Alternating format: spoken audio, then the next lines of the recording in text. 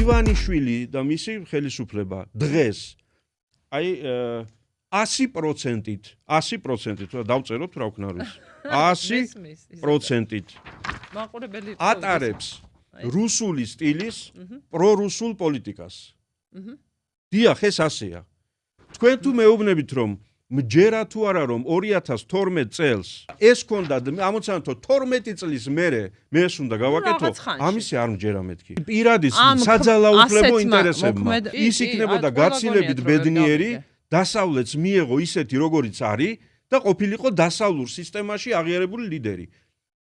მაგრამ ამას დასავლეთი ვერ მიიღებდა, იმიტომ რომ არ აღმოაჩნდა ამისი უნარები. არ იყო ამის კაცი, მასთან უნდოდა დასავლეთთან ურთიერთობა და ამერიკასთან ჩახუტება, ეს ვერ შეძლო და რო ვერ შეძლო, ძალის ხელისუფლებიდან კი არ წავიდა.